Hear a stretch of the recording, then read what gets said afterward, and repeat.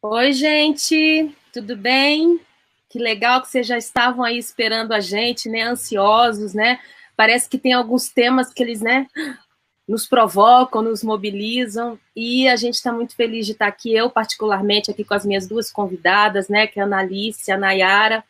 Elas daqui a pouco vão poder se apresentar melhor, falar um pouquinho, e dizer que a nossa proposta hoje, né, com essa conversa, foi muito interessante, que a gente recebeu muitos comentários, né, algumas pessoas falando assim, essa discussão aí é para dizer que é muito bom a alienação parental, a lei. Não, essa discussão aí é para dizer que é uma coisa que não acontece, é para dizer que é uma coisa que não existe. Dizer que falar sobre isso é falar sobre muitas coisas e de muitos lugares.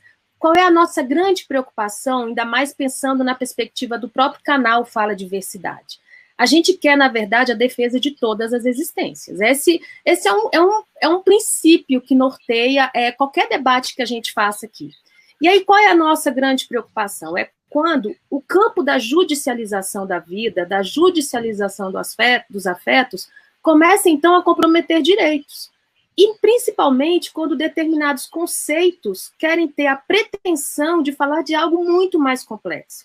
Alienação parental virou um nome assim de mercado para nomear coisas de muito maior profundidade, de muito maior complexidade, e nós somos muitas vezes cooptados por esses conceitos, e eles acabam reduzindo o nosso olhar sobre o fenômeno, e principalmente na proteção de direitos de crianças e adolescentes, que acabam também sendo jogados no interesse do mundo adulto. Então, hoje, a gente está aqui para soltar muitas questões, muitas inquietações, e a gente convidou a Analícia, né, que é psicóloga. Vocês que conhecem o tema já sabem qual é a pauta que ela traz, como é que ela, né, tem feito essa discussão.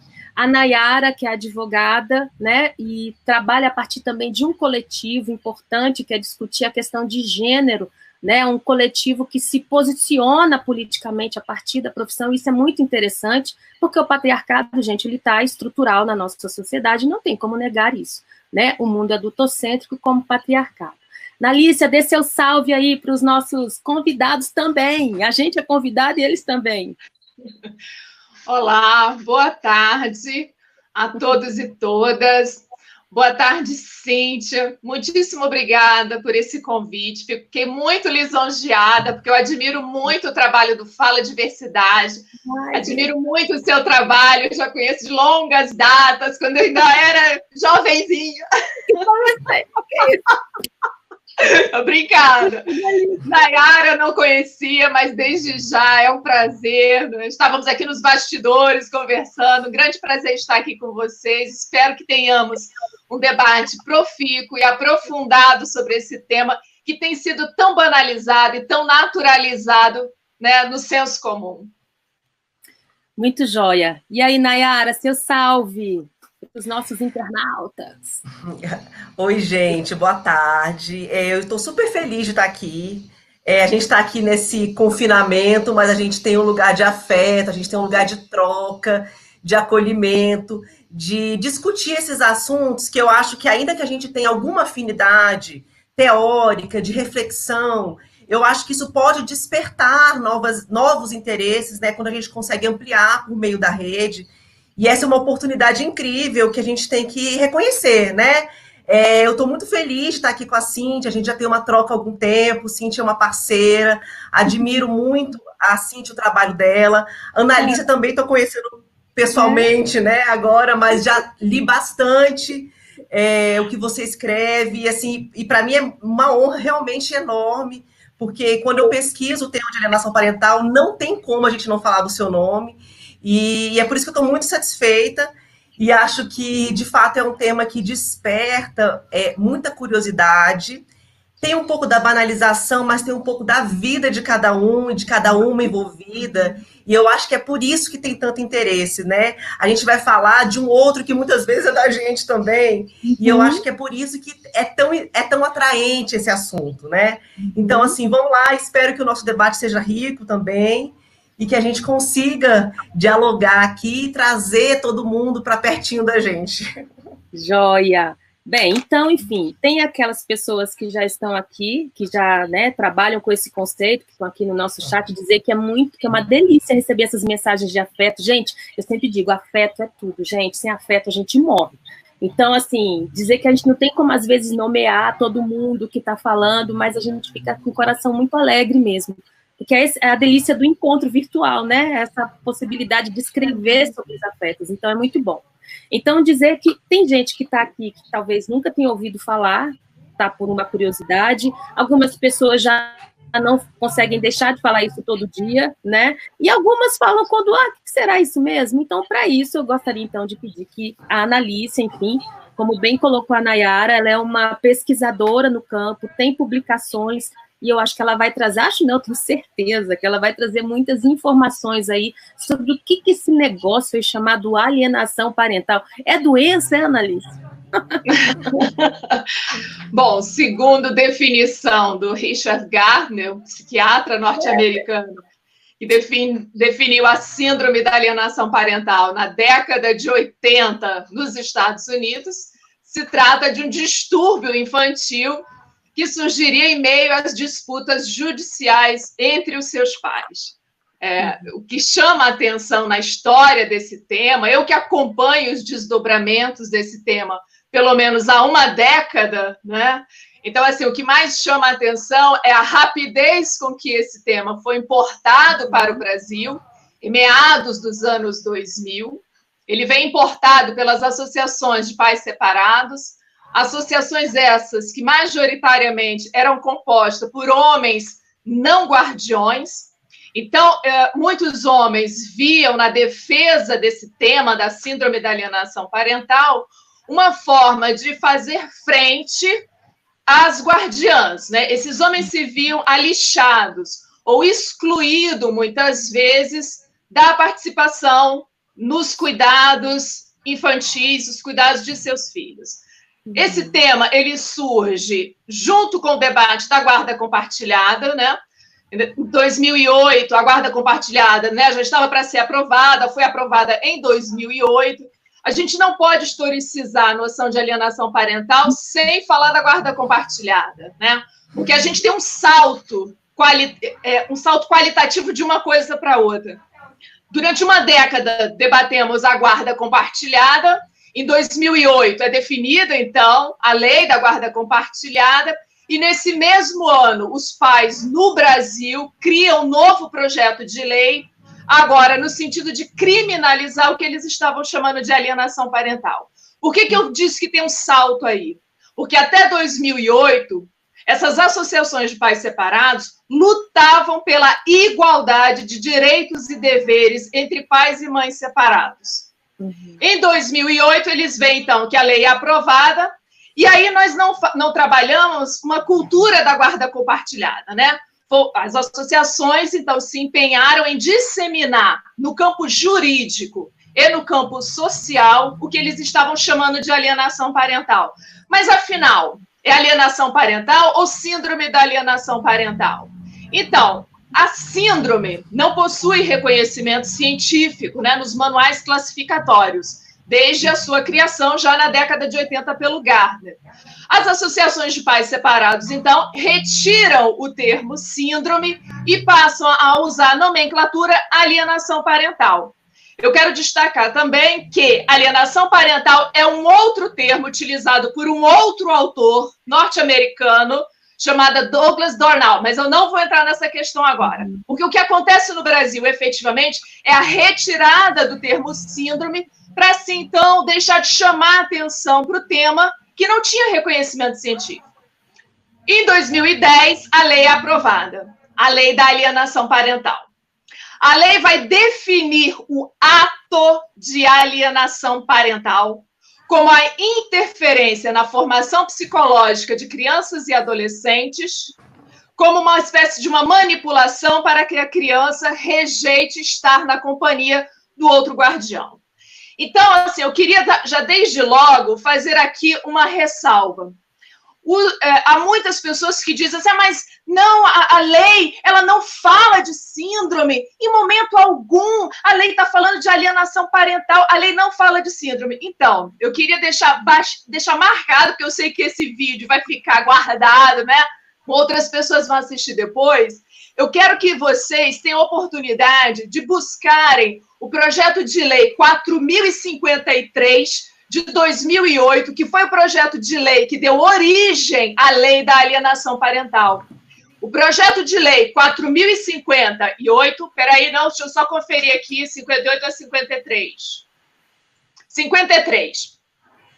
Ele era 4053, depois passou para 4058, de 2008.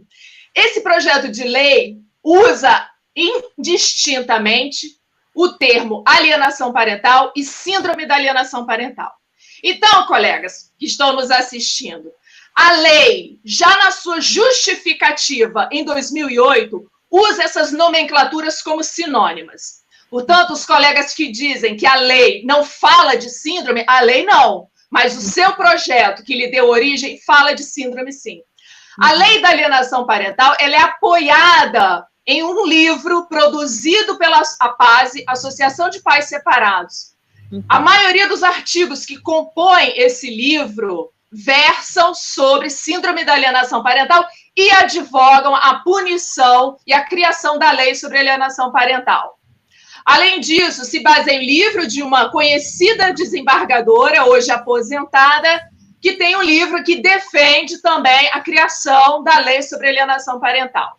Então, o que a gente tem, na verdade? Uma aliança entre operadores do direito e uma aliança entre as associações de pais separados para a criação da lei da alienação parental, que tem como objetivo último identificar para punir aquele que é chamado de genitor alienador. Fiz um resumo rapidinho, hein? Isso aí eu falo durante horas. Tá joia. Então, a Analícia trouxe aí esse histórico que eu acho que é muito importante, e eu acabei nem comentando no início aqui da live.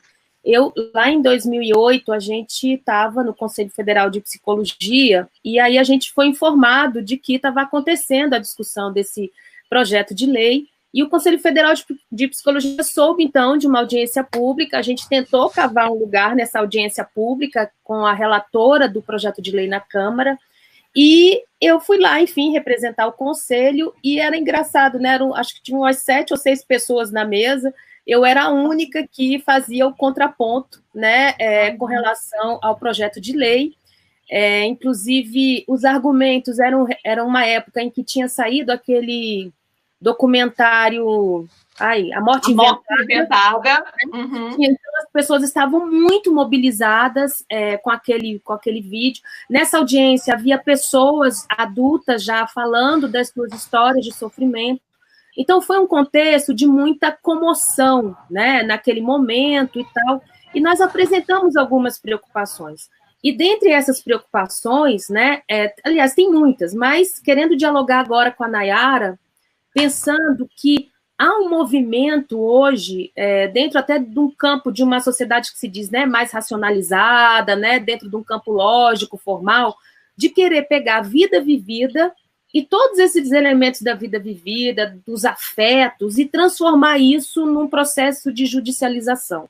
Né, assim, é aquela famosa pretensão do poder judiciário ou do campo, né, normativo, de acreditar que conflito se resolve com a letra da lei, né? Todo conflito vai se resolver com a letra da lei. E a gente sabe que essa questão da alienação parental, como bem a Analícia traz aí para a gente, ela tem um momento que ela começa, mas o conflito e a disputa, as tramas familiares, elas sempre existiram. A questão é que quando a norma, ela nomeia o que ela gera todo um sistema punitivo, ela gera todo um sistema de desdobramentos, de adoecimento dentro do campo familiar, que a gente fica assim, né? E Nayara vai saber falar muito melhor sobre o recorte mesmo, até de gênero na formulação e na construção das leis, né, Nayara? Fala um pouquinho para a gente desse processo de judicialização do afeto, o que você acha disso? Primeiro, eu acho importante ressaltar que esse resgate histórico da lei, É muito importante para a gente entender quais são os pilares, não só da lei, como da sua aplicação. Porque, assim, quando a gente fala da síndrome, quando a gente fala de Richard Gardner, e quando a gente fala desses pressupostos todos, eles são projetados, em alguma medida, no que a gente tem hoje. Então, assim, é sempre relevante a gente fazer esse resgate. E outra questão, também fazendo uma ponte com o que você disse, Cíntia,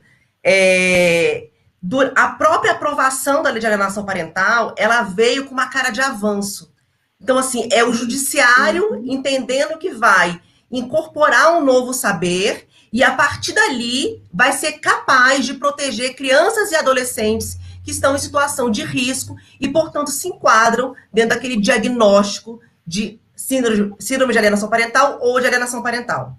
E aí, o que a nossa crítica é entender as falácias e todos esses conceitos e pretensões forjadas do sistema, né? Porque quando a gente pega esses dilemas familiares, esses conflitos, esses jogos emocionais, esses ex-casais, esses divórcios, essas crianças e adolescentes envolvidas, e a gente leva para o judiciário, existe uma pretensão, existe uma fantasia de que o judiciário, enquanto um terceiro, enquanto uma instituição, enquanto o Estado, vai dar uma resposta para aquele conflito. E aí eu falo que é uma fantasia, eu falo que são desejos, e etc., que muitas vezes se frustram. Porque o que eu entendo é que esses conflitos que são judicializados, eles aparecem, e aí, especialmente no caso da lei de alienação parental, e foi muito dito tanto pela Cíntia quanto pela Analícia, essa lógica punitivista, que é o enquadramento dos fatos a uma norma, a uma caixa, e aí daí advém uma punição que a própria lei de alienação parental traz. E aí aqui um parênteses, fazendo uma projeção aqui, uma analogia com o sistema penal, traz essa lógica penal punitivista para o sistema, para as varas de família. Isso traz uma espécie de alento à sociedade, vai ter uma punição para aquilo. E aí, quais são as questões que estão envolvidas, que eu entendo que a gente precisa pensar sobre elas? Quando a gente importa esse sistema punitivista, penalizante, esses institutos questionados cientificamente, a gente traz uma expectativa de resposta do judiciário que ele não dá.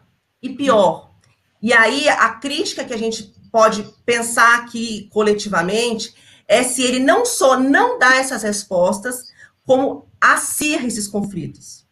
Entende? E aí a gente começa a questionar esse judiciário como lugar da justiça. E aí começa a perguntar se, de repente, ele não essencializa os conflitos, essencializa desigualdades, tá? E aí, fazendo uma ponte em relação às mulheres, porque os primeiros escritos do Gardner, ele justamente fazia um recorte de gênero. Ele dizia que essas pessoas que implantavam falsas memórias nessas crianças e adolescentes eram essas mulheres que tinham esse espírito vingador, e aí também reproduz uma série de estereótipos de gênero que a gente também pode pensar para os dias de hoje. E tudo isso muito reforçado pela lógica do melhor interesse das crianças e dos adolescentes. E aí eu acho que é muito curioso a gente pensar nisso, porque também me parece que é uma situação que legitimou a criação da lei e que legitima as práticas judiciárias, que é colocar a melhor proteção da criança e do adolescente como um escudo para essencializar e para dar legitimidade a determinadas práticas que me parecem preocupantes. E aí, aqui eu quero fazer esse recorte porque eu entendo, acredito e defendo o melhor interesse da criança e do adolescente. E é por isso que nós estamos aqui pensando nesses direitos infantos juvenis. E a pergunta é, essas crianças e adolescentes de fato são protegidas pelo sistema? Quando aplicam a lei e quando trazem para o meio judicial, para o cenário das audiências, das disputas, essas crianças e adolescentes que muitas vezes não são ouvidas, que as suas respectivas autodeterminações são negligenciadas, né? E aí a gente pergunta se essas crianças elas estão sendo respeitadas enquanto sujeito ou se elas estão sendo objeto de disputa, e aí acirrando novamente os conflitos. E aí essa é uma reflexão que eu acho que a gente pode pensar que dentro da prática judiciária, os institutos, eles aparecem como uma estratégia, né, discursiva de defesa da advocacia, das perícias, né, existem peritos que são nomeados para dar esses diagnósticos de alienação parental, né, e aí, o que é um diagnóstico de alienação parental, se não é uma síndrome, né? Então, assim, me parece que existe todo um emaranhado aí do mercado que facilita a entrada desse instituto no sistema de justiça e acaba essencializando essas desigualdades e esses conflitos. E eu acho que é um pouco que a gente pode pensar, né, sobre isso, que enfim. Eu estou aqui vendo, estou te ouvindo e também dialogando aqui com os comentários, né? O Matheus pergunta assim, onde é que estão os homens, né, nesse tema, nesse debate? Bem, eles foram convidados nas redes sociais, né? Porque é muito interessante, né? Quando você vê mulheres todas reunidas, a gente estranha, mas quando vê um monte de homem reunido numa live, a gente não estranha, né? É muito louco isso. Numa manifestação presidencial, né? Oi, Nayara. Um monte de homem. A gente nem pode, super normal, né? A gente nem questiona, dependendo do tema. Às vezes o cara tá lá falando da Lei Maria da Penha, não é isso? E tem 3 advogados famosos falando, ninguém vai... Cadê a mulher que não tá aí, né? Então, falando de aborto. Então, falando de aborto, né? Dos direitos sexuais e reprodutivos. Então, é isso. A gente nunca vai dar conta de contemplar todo mundo que está aqui. Por exemplo, né? A gente pode pensar, cadê a indígena que não está aqui? Né? Cadê o outro público? Então, a gente acaba fazendo recortes, mas é muito interessante que a falta que normalmente se sente é do homem, né? Mas é compreensível. De toda forma, vocês estão aí no chat, tá? E aí é o espaço para colocar, para se posicionar, para disputar as narrativas também. E aí eu quero fazer uma conversa, Analícia, que eu acho que você vai ajudar a gente, a Nayara também, que o coletivo de proteção... A Miriam está colocando também a questão das relações homoafetivas, né, que também isso é legal de pontuar, né, que às vezes o debate fica em torno, né, de uma lógica heteronormativa, né, o homem e a mulher, né, e aí é que eu acho que é a grande questão, né, que o debate não é homem e mulher apenas, né, a gente tem, obviamente, um recorte aí de gênero marcado, mas a gente também tem a própria lógica da trama familiar, né, Analícia, e aí eu queria te ouvir falando disso, mas eu quero acrescentar uma coisinha também, que o coletivo... Aqui, então. Não, coloca aí essa questão, né, de que é uma trama que extrapola a lógica de uma relação hétero, né? A criança, ela está nessa trama familiar. E uma outra questão é qual é o melhor interesse da criança. Talvez Nayara possa, pensar um pouco disso, e aí você fala para a gente dessa questão aí mais, dessa primeira pergunta, né? Como é que né, se o debate é mais amplo mesmo, né, não se trata apenas homem e mulher, mas falar da família, como que você vê isso, Analícia? Novamente, né, a questão da contextualização, ela é fundamental, e aliada à contextualização, é preciso que a gente entenda toda a produção de subjetividade que foi feita em relação ao tema da alienação parental no Brasil. O que eu estou te chamando de produção de subjetividade? Eu estou chamando todo um regime discursivo, todo um discurso que foi produzido ao longo do tempo, que passou a produzir sentidos. As pessoas passaram a perceber as suas problemáticas relacionais a partir de um regime discursivo que foi sendo criado em torno do tema da alienação parental. Então, temos os aliados, né? As associações de pais separados, o judiciário, o legislativo, os meios de comunicação de massa, que são dos mais importantes vetores de produção e massificação de discursos na sociedade. Então, toda essa produção de discursos serviu para a célere aprovação da lei da alienação parental, sem debate. O fato de ter havido essa produção incessante de discurso, uma espécie de um aparente senso comum na sociedade, né, produziu um consenso e não produziu debate.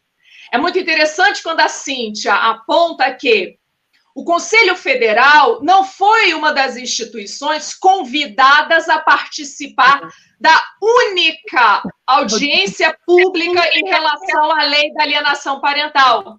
Foi feita uma audiência pública na Câmara Federal. Para essa audiência foram convidados os operadores do direito, que eram a favor da lei da alienação parental. Foi chamada uma jovem que ficou muito famosa em todo o Brasil, a partir de um documentário em que ela, né, muito comovida, chorava no vídeo, e comoveu muita gente.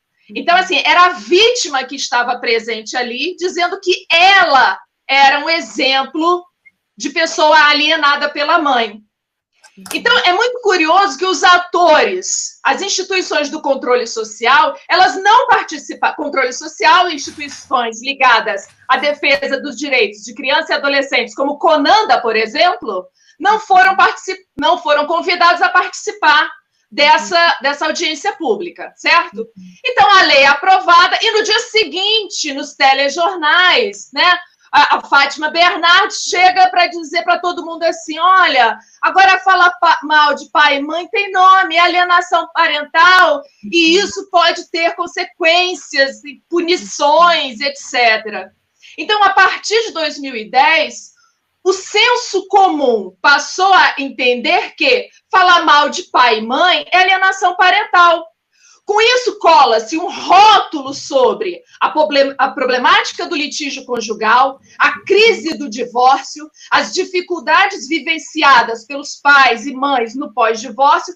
Você cola uma tarja punitiva e patologizante e encerra-se o debate. Mas a produção de subjetividades, a maquinaria de produção de subjetividades sobre esse assunto, ela permaneceu de forma incessante.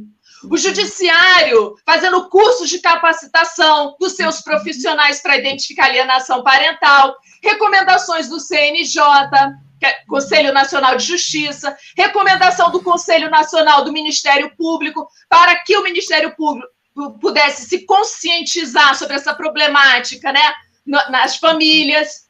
Então, os conflitos familiares passaram a ser identificados como possíveis casos de alienação parental. Então, agora, as pessoas comuns começaram a usar, então, essa terminologia para dizer assim, se você continuar com isso, eu vou dizer para o juiz que você está fazendo alienação parental. Então, assim, para algumas pessoas, né, Cíntia, Nayara, fica um tanto confuso nós estarmos aqui juntas hoje, dizendo assim, olha, mas o assunto é problemático, não existe doença, alienação parental não é uma doença, mas as pessoas veem o que sai na televisão e dizem assim, né, mas olha, isso aí que estão chamando de alienação, eu também vejo na minha família, no meu irmão, com a minha sobrinha, ou lá no meu amigo. As pessoas passam a identificar aquilo que estão chamando de alienação parental com as histórias de vida. É tipo autoajuda, sabe? Por que a autoajuda ela cola tão bem? Porque todo mundo se identifica com aquilo que é dito. Assim como a alienação parental. Os conflitos no pós-divórcio passam, inclusive, por xingamentos, por acusações. Então, o conflito ele vai sendo esvaziado da sua problemática e colocado sobre ele esse rótulo. Então,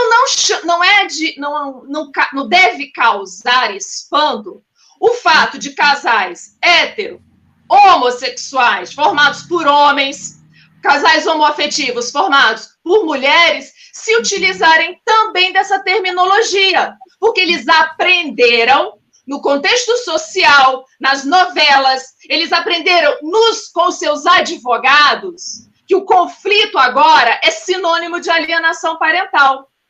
Mas um dado de pesquisa que eu queria deixar aqui para vocês, para compartilhar com vocês, é que eu fiz uma pesquisa, foi publicada recentemente, Eu fiz um levantamento sobre jurisprudência brasileira entre 2010 e 2016, a jurisprudência que trazia a expressão alienação parental. Fizemos esse levantamento em tribunais de justiça, selecionamos São Paulo, Minas Gerais, Rio Grande do Sul e Bahia, porque eram os tribunais que davam acesso ao inteiro teor do julgado e que tinham esse material melhor sistematizado e organizado nas suas páginas eletrônicas na internet. O que nós podemos verificar a partir dessa pesquisa? Que a maioria dos julgados que se utilizavam da terminologia alienação parental envolviam situações de regulamentação de guarda e disputa pela guarda dos filhos. A maioria, 63% dessas acusações, dessas alegações, eram feitas por homens na condição de não guardiões.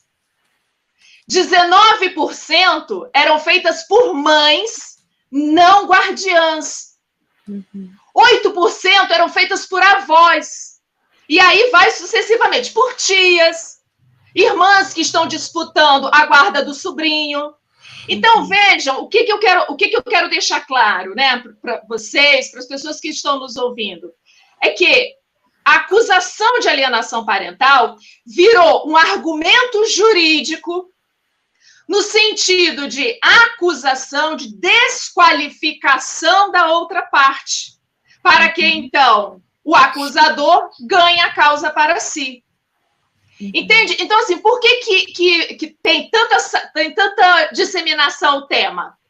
Porque ele é interessante para operadores do direito e é interessante também para muitos psicólogos, que veem na utilização desse termo uma explicação para a rejeição da criança em estar na presença do outro genitor. Ou seja, é produção de demanda de trabalho. Então, a partir de um viés tecnicista ou ainda positivista da psicologia, que se acha que a psicologia só faz avaliação psicológica individual e não problematiza a própria avaliação psicológica individual, vai lá e vai dizer é ou não é alienação parental. Um outro dado da pesquisa, eu sei que eu estou me estendendo, mas eu estou jogando os dados para a gente poder conversar. Um outro dado da pesquisa é que um número mínimo desses acórdãos, que foram 404 acórdãos analisados, apenas um mínimo deles tinham, que eu vou chamar de comprovação da alienação parental. Então, eram documentos emitidos por psicólogos, assistentes sociais e psiquiatras que referendavam a existência da alienação parental. Mas qual desses profissionais é que tinha o maior número que participava do maior número de casos de laudos? Psicólogos. Né? Os especialistas da psique, da interioridade ou da individualização dos problemas que são, em grande parte, sociais também. Falei bastante, muitos elementos aí para o debate. Nayara, então, queria, antes de te passar, a gente está vendo aqui, né, eu estava aqui pensando, ontem a gente fez uma live sobre a casa como um espaço que a gente tem que ficar em casa, né? E o ficar em casa cada vez acirra também, ao mesmo tempo que a gente tem que ficar, também é um lugar que não sinaliza proteção, né? Para as mulheres, para as crianças, né? E aí a lógica da criança, quando ela vira um objeto do mimo, né? Já viu essa coisa assim, é meu filho, né? Do meu filho cuido eu, né? Eu acho assustadora essa expressão, né? Mas você vai... Não, eu bato nele é para educar, né? Tem gente que acha que bater é legal, né? Eu não sei se a pessoa gosta também, né? De que bata na mão dela quando ela faz alguma coisa. Então, as crianças, elas estão sempre dentro desse jogo do que é educação, do que não é, né? É o treino da obediência da criança, né? Criança educada, criança obediente. E aí, essa criança, ela vira um conceito na disputa entre dois adultos, né? E ela vira um conceito, ela vira um objeto do patrimônio onde essa criança... O que me assusta com esse conceito da alienação parental é que, assim, quando você... Vamos partir do pressuposto de que exista, né? Vamos lá, está praticando, dando esse nome, porque o que acontece é um fenômeno que alguém resolveu dar esse nome, né? Como a Analisa bem trouxe aqui um pouco da história da construção dos nomes. Vamos lá. A pessoa afastou a criança do outro, né? Fez um jogo, gerou ciúme por controle, ou às vezes é para proteger a criança, de fato, de uma situação de abuso, que às vezes é utilizada de uma maneira assertiva, mas também é muito utilizada num jogo muito confuso, tá? Porque, gente, crianças que sofrem abuso, elas estão no nosso país, infelizmente. As crianças são o tempo todo violentadas e violadas de diferentes maneiras. Então, assim, essa criança que é o nosso foco hoje, a gente quer mesmo que a criança seja o foco, e não os interesses, né, daqueles que são os cuidadores das crianças. Essa criança, ela fica numa relação extremamente objetificada, né? E aí, alguém, como eu lancei aqui, né, o coletivo, que eu não gravei o nome total, mas o coletivo que está aqui participando com a gente, quando a Nayara fala assim, olha, a gente tem que pensar o melhor interesse da criança. O que é o melhor interesse? Porque essa palavra alienação eu estava falando e não completei. Quando você diz assim, está alienando a criança do convívio com o outro. Só que aí, você entra lá na justiça, né? Aí você vira o alienador, também tem isso, né? As categorias, você deixa de ser gente, você passa a ser uma categoria, né? Uma categoria recortada pelo judiciário. O judiciário consegue tirar a tua existência e transformar isso num conceito, né? Então você vira o alienador, e agora essa pessoa que você cuidava, você alienador ou alienadora, né? Que cuidava dessa criança, agora essa criança tem que olhar para você, olhar para esse sujeito alienador e ter raiva desse alienador. Ter raiva, ter ódio, quer dizer, todo cuidado, investimento que essa pessoa dita como alienadora colocou na criança, cai por terra. Então você gera um processo de alienação do outro lado, né? Já que é para discutir alienação, a alienação ela vai se dar construída nessa jogatina de qualquer maneira. Então, qual é esse interesse, Nayara, da criança que a gente tanto tem que se preocupar? Cíntia, antes de qualquer coisa, você fez esse jogo da palavra alienação, né? E eu acho que esse jogo é super interessante, porque em algum momento a gente se perde. Quem alienou quem está sendo alienado, quais são as pessoas envolvidas nessa trama, quais são os objetos. E eu costumo dizer que eu não gosto dessa expressão, ainda que exista uma situação hipotética de enquadramento perfeito ao que está descrito na lei de alienação parental. Eu não gosto dessa expressão porque ela tem um ranço. E assim, sempre que a gente discute a lei de alienação parental, esse instituto, a judicialização, sempre tem alguém que me pergunta, mas e os casos de abuso? E as crianças que estão em situação de risco? Essa pergunta ela é recorrente e ela faz muito sentido porque a gente também está aqui se preocupando com elas, né? Eu prefiro o termo abuso do poder parental, ou eventualmente algo que seja parecido com essa expressão. Porque a gente desloca um pouco dessa categoria que a gente está tendo uma percepção crítica e a gente começa a entender o caso concreto. Aí você me pergunta, o que seria o melhor interesse da criança? E aí, a minha primeira crítica é se o sistema de justiça está apto para entender o melhor interesse da criança. E a gente já falou de coletivos, nós temos o CONANA, temos uma série de indivíduos na sociedade civil que pensam também sobre isso, e não é só o judiciário, muito pelo contrário, o judiciário muitas vezes deixa a desejar, mas não é sempre. E aí, essa é uma ótima pergunta, porque quando a gente se desloca dessa categoria, desse lugar fechado, dessa norma que enquadra, e aí aqui eu quero fazer um parênteses quando a Analícia fala dessa mobilização da mídia, das pessoas que falam, isso aqui é alienação parental, é como se... Uma vez a gente fez uma palestra no MPDFT, que era uma perspectiva crítica da lei de alienação parental, e aí apareceu no jornal. E o âncora começou falando, alienação parental é crime. Então, assim, olha como... E alienação parental não é crime, até tem projeto de lei, mas não é.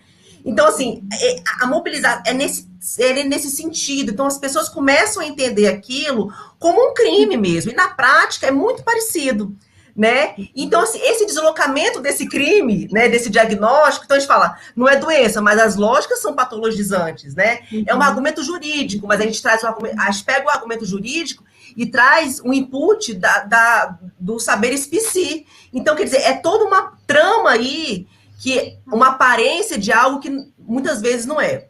Então, assim, saindo dessa categoria e falando uma situação eventual de abuso do poder parental, que não só é possível, como acontece, e aí eu tenho que reconhecer, a gente precisaria pensar em formas de olhar crianças e adolescentes que estão nesses dilemas afetivos, nesses dilemas familiares, e olhar para elas, né? Então, não adianta a gente ficar sempre reproduzindo essa lógica do objeto, fica com quem.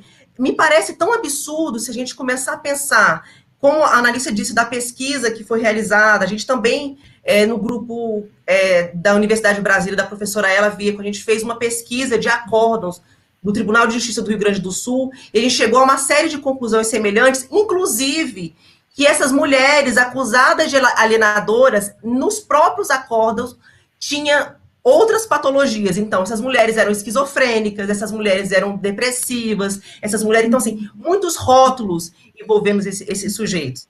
E a gente chegou a conclusões muito parecidas sobre esses dilemas que acontecem. Então, assim, a gente olhar para esses sujeitos, para essas crianças, esses adolescentes que não são nomeados no processo, entender que eles... Não necessariamente eles precisam ter a guarda invertida para que aquela situação ela seja enfrentada. Então, veja, pensar que a maioria das demandas que alegam alienação parental nos processos judiciais são feitas por genitores ou familiares que não são guardiões das crianças, entender que uma das sanções possíveis para o diagnóstico e sentença de alienação parental é a inversão da guarda, me parece extremamente violento para essas crianças e adolescentes, ter como consequência, com aparência, né, de cuidar dessas crianças e adolescentes, inverter essa guarda, porque essa criança tem vínculos afetivos com seus guardiões, com as suas guardiãs, né? Então, assim, a inversão da guarda, e de repente, as consequências disso podem ser tão gravosas para essas crianças e adolescentes que elas não estão sendo vistas e não estão sendo ouvidas, tá? E aí, o olhar para a complexidade desses conflitos familiares, me parece um caminho possível. E aí eu não vou ter como trazer uma resposta categórica, porque a análise do caso concreto é que vai trazer o repertório necessário. Entende? Então, se a gente ficar o tempo inteiro reproduzindo essa norma que vai enquadrar um monte de gente, a gente vai insistir em não olhar para os casos concretos. E a gente vai continuar sempre reproduzindo essas desigualdades e esses sofrimentos, porque, veja, a gente está falando de uma judicialização de muito sofrimento, né? E quando a gente fala o melhor interesse da criança, é entender que essa criança e adolescente também está em sofrimento. E que esses discursos de preferência de um genitor ou de outro pode ser absolutamente transitório. E geralmente né? Então, assim, fazem parte desses conflitos que essa criança faz parte dessa dinâmica familiar. A gente não tem como negar que essa criança e esse adolescente fazem parte disso. E que isso, se enfrentado a partir da sua complexidade, me parece que é um caminho possível, seja no judiciário, seja em outros meios de enfrentamento desses conflitos. Então, o melhor interesse da criança e do adolescente parece que é um olhar sensível, crítico, que entenda todas essas tramas envolvidas, né? E aí as equipes psicossociais dos tribunais, e aí eu quero fazer uma ressalva aqui, o psicossocial do Tribunal do Distrito Federal e Territórios é extremamente atento a essas questões. Uma pesquisa de 2013, que foi publicada, chegou à conclusão que de todas as vezes que foi invocada o estudo da alienação parental como uma prática jurídica e argumentativa de defesa, né, 0,15% teve esse diagnóstico. E aí eu também tenho acesso a outras pesquisas que chegam a essa conclusão, que nos leva a crer que não é uma epidemia, mas um discurso que serve a um determinado grupo de pessoas, né? Então, assim, é essa crítica que a gente está pensando, né? Qual é o lugar dessa criança, desse adolescente, nessas tramas, nessa judicialização? Enfim. Olha, muito bom. Eu estou aqui pensando, né? Esse movimento nosso de querer universalizar e generalizar as experiências, né? E que, como diz também a Analícia, é a palavra que simplifica, né? Aquele nome, o termo que vai simplificar uma questão muito, muito maior. Alguém comentou aqui sobre essa questão das crianças, né, que sofrem abuso. Gente, eu queria fazer uma ponderação que é assim, ó, a violência, ela se dá de diferentes maneiras. O impacto da violência na vida das pessoas é um impacto muito customizado, a partir das suas histórias. Elas vão encontrar estratégias de enfrentamento. Então, dialogando nessa perspectiva de pensar o interesse da criança, gente, o interesse da criança é uma educação que seja emancipatória. É uma educação que essa criança consiga fazer uma resistência. Ela precisa também saber se proteger. Só que o saber se proteger não é dizer que existe um lobo mau, gente. Saber se proteger é que ela entenda a vida a partir de uma dinâmica muito maior do que personalizar. E eu acho que a gente precisa ampliar esse olhar sobre a criança. Sabe, a criança, ela tem uma potência de pensar sobre o mundo que é negado a ela, esse lugar. Então, é o que eu digo, o processo de educação, por que às vezes, né, embora seja uma coisa violentamente absurda, um abuso sexual, mas existem abusos de outra ordem que às vezes desintegram o processo de desenvolvimento de uma criança e que não necessariamente passou pelo abuso sexual. Então, a gente precisa olhar para a criança de uma maneira mais ampla, né, Analícia? E a criança, ela ainda fica como sendo objeto desse mimo nosso, né? Então, acho que é muito interessante. Depois, Analícia, a gente ainda vai bater um papo sobre a questão da produção de laudos. Talvez aí você possa até falar agora, né? Como é que é esse lugar da psicologia, né? Com essa preocupação que a Nayara traz de olhar para o caso concreto, né? E aí a provocação de não utilizar categorias jurídicas para entender processos de subjetivação. Que desafios são esses que estão colocados? Alguém perguntou aqui, eu não lembro, gente, eu acabei não anotando o nome, mas alguém trouxe essa provocação. Gente, é muito nome, eu fico meio perdidinha. Mas saiba que eu estou vendo, tá, gente? Eu estou olhando, estou acompanhando. Como é que, na verdade, a gente constrói, então, né, uma posição? Porque assim, né, gente, a psicologia está lá no judiciário. Ela está lá. Agora, o que ela vai fazer com esse lugar? O que é a equipe multiprofissional? E só uma observação que eu estou lembrando que nesse debate da audiência pública lá atrás, no projeto de lei original, dizia que só quem podia fazer avaliação eram os psicólogos. Aí eu ponderei com a relatora, eu não vou esquecer disso. Na hora da audiência, eu falei assim, cara, você consultou o Conselho Federal de Psicologia? Não, porque como que o projeto de lei diz que quem vai fazer uma coisa é o psicólogo, e a psicologia não está nem sabendo disso. Aí sabe o que foi feito, né? Você viu como aparece na lei? Especialista de alienação parental, né? Que aí foi a forma que a relatoria encontrou de driblar a consulta à instância que orienta, fiscaliza e normatiza a profissão, né? Bem, mas aí a lei está aí, os especialistas estão surgindo de várias profissões e a psicologia ela acaba sendo muito mais convocada, né? Porque a gente trabalha, enfim, com essa questão da subjetividade e tal, no imaginário ou real. Como é que é, Analícia, esse lugar aí de pensar a criança na perspectiva da psicologia, customizando os casos? Muita coisa, né, gente, que eu vou falando, mas é muita coisa mesmo. Enquanto eu ouvia vocês e também ficava pensando no público que está assistindo, e em conversas informais também, né, assim, de pessoas próximas, né, de assim, não, concordo com tudo isso que você está dizendo, é muito importante, mas existe, não existe? Isso, essa é uma questão. Não, eu concordo com tudo, não, doutora, a senhora falou muito bem, olha, concordo com tudo, mas olha, eu conheço uns casos que sim, doutora. Então, eu estou respondendo agora para pessoas que pensam assim, não, tudo isso é muito importante, mas então, pessoal, em nenhum momento ao longo, né, da última década, eu afirmei em qualquer texto, qualquer pesquisa que eu produzi, de forma, né, ou em parceria com alguns autores, ou sozinha, em nenhum momento eu disse que não existe uma problemática relacional.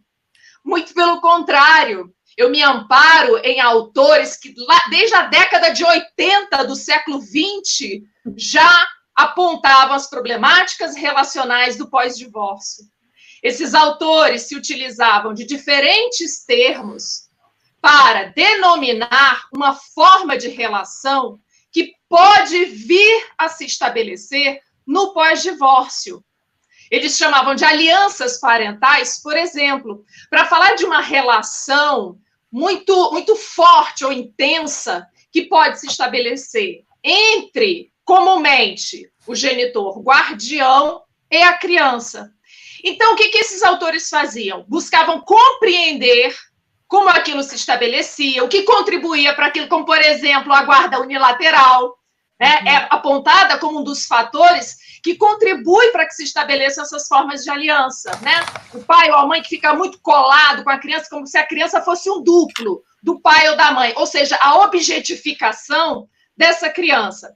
Então, meus caros, minhas caras, em nenhum momento nós estamos, e acho que as colegas aqui vão concordar comigo, em nenhum momento nós estamos dizendo que não existe uma problemática que precisa ser considerada, que tem que ser cuidada, que as famílias têm que ser auxiliadas. Em nenhum momento nós estamos dizendo o contrário disso.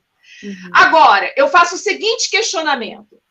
Por que o senhor ou a senhora, hoje, domingo, às 5, 6 horas da tarde, está aqui num canal no YouTube nos acompanhando para debater um assunto que a gente já fala há muitos anos, mas o senhor ou a senhora só ficou sabendo dele quando começaram a chamá-lo de alienação parental? Já se perguntou por que isso acontece? Ué, mas se sempre existiu um problema, por que só agora a gente está falando sobre ele? Ah, é porque agora tem um nome, não é? Isso é muito senso comum. Ah, porque tem um nome. Não! Antes já tinha nome. Mas por que esses nomes não chamavam a atenção dos operadores do direito, não chamavam a atenção dos juízes, da sociedade como um todo, de grande parte dos psicólogos? Por que não chamava a atenção? Porque não estava colado com o discurso psiquiátrico que passou a chamar isso de distúrbio ou de transtorno. Então, isso pegou tão rápido. Por quê? Porque hoje nós vivemos num contexto social de psiquiatrização da vida. Qualquer comportamento, sintoma ou mal-estar, hoje, pode ser identificado a um dos transtornos que está no DSM-5. Então, é por isso que a ideia de alienação parental, ela se disseminou como uma espécie de epidemia no campo social, porque está associada a uma patologia. É construído pelo discurso médico-psiquiátrico que serve de auxiliar da justiça. O famoso consórcio entre psiquiatria e justiça que Foucault já falava. Então, a psiquiatria, ela vem para dar a autenticação científica ao discurso jurídico. Não, isso aí é uma doença. Então, a racionalidade jurídica, que é essencialista, dicotômica, maniqueísta, polarizada, dê o nome que vocês quiserem, que vai dividir as pessoas entre autor, réu, culpado, inocente, agressor, vítima, ganhador, perdedor da causa. Então, o termo alienação parental, ele vai servir como uma espécie de azeite da maquinaria judiciária, auxiliada pelo saber psiquiátrico. Não foi por acaso, meus caros, que em 2010, a lei da alienação parental, ela foi aprovada 2 semanas após a morte de uma criança. Aí eu vou entrar na questão da Cíntia sobre a produção de laudos. Em 2010, uma menina chamada... Isso saiu na imprensa de todo o país. Uma menina chamada de Joana. Ela estava sob a guarda da mãe. O pai morava em outra cidade, no Rio de Janeiro. Esse pai alega na justiça que ele está sendo vítima de alienação parental. É feita, então, a avaliação do caso, da situação. Um laudo psicológico teria afirmado, isso sai nos jornais da época, um laudo psicológico emitido pelo Tribunal de Justiça, pelas equipes do Tribunal de Justiça, teria, então, afirmado que aquela situação se tratava de alienação parental. O que a juíza do caso faz? Retira a guarda da mãe e entrega a guarda da criança para o pai. Essa criança fica 90 dias sem ter qualquer contato com a mãe, por uma determinação judicial. Nesse inteirinho, essa criança sofre várias internações hospitalares e vem a óbito no dia 13 de agosto de 2010. Semanas após, dia 26 de agosto, é então aprovada a lei da alienação parental, para contentamento de juristas, de associações de pais, da sociedade. E o que se falou sobre o caso da menina Joana? De quem era a responsabilidade pela morte daquela criança? Do Estado? Da mãe? Do pai? Dos profissionais que deram o laudo? De quem era a responsabilidade? O Estado, em situações como essa, ele pode, então, se colocar no direito de quem vai alienar a criança com o objetivo de proteger o seu melhor interesse? Eu toco aí na questão da Nayara. O Estado, então, ele produz mais sofrimento sobre essa criança e essa família com o discurso da proteção? E como essa identificação, e aí, né, mais uma vez, usando o termo diagnóstico, como é que se faz diagnóstico de alguma coisa que não é doença? A lei da alienação parental, ela fala de um ato, de uma conduta. Então, qualquer um poderia identificar. Não necessariamente tem que ser psicólogos. Por que seria da psicologia? Se ela agora se torna uma nomenclatura que é do direito, que é de âmbito legislativo e jurídico, por que a psicologia é que tem que avaliar? No texto da lei, não está dito que são psicólogos. O que é dito é que são profissionais capacitados com a comprovação de experiência em alienação parental. É isso que a Cíntia está chamando de especialistas em alienação parental, porque, de fato, é isso que a lei coloca. A pessoa tem que ser especialista em... O que é isso, né? O que é um especialista em alienação parental? Ou as equipes multiprofissionais, que são as equipes, então, que, né, atuam no judiciário. Mas aí um outro dado muito interessante que a gente tem também é que hoje a maior parte das denúncias que são feitas contra psicólogos nos conselhos de categoria são sobre psicólogos clínicos que dão laudo de alienação parental e de abuso sexual infantil, sem nunca sequer ter estado na presença do outro pai ou da outra mãe acusada. Então, vejam que o assunto é complexo, é polêmico, e como ele vem sendo tratado pelo judiciário? Com a distribuição de cartilhas, para produção de subjetividade para as pessoas passarem, então, a identificar a sua vida pessoal, a sua problemática, a crise do divórcio, né? Lembrando também de que Nayara falava agora há pouco, né? De quanto tempo essa problemática pode durar na vida de uma pessoa, né? Se referindo aí ao contexto do divórcio. Então, a gente tem dados de pesquisa que a chamada crise do divórcio, ela pode durar até 2 anos.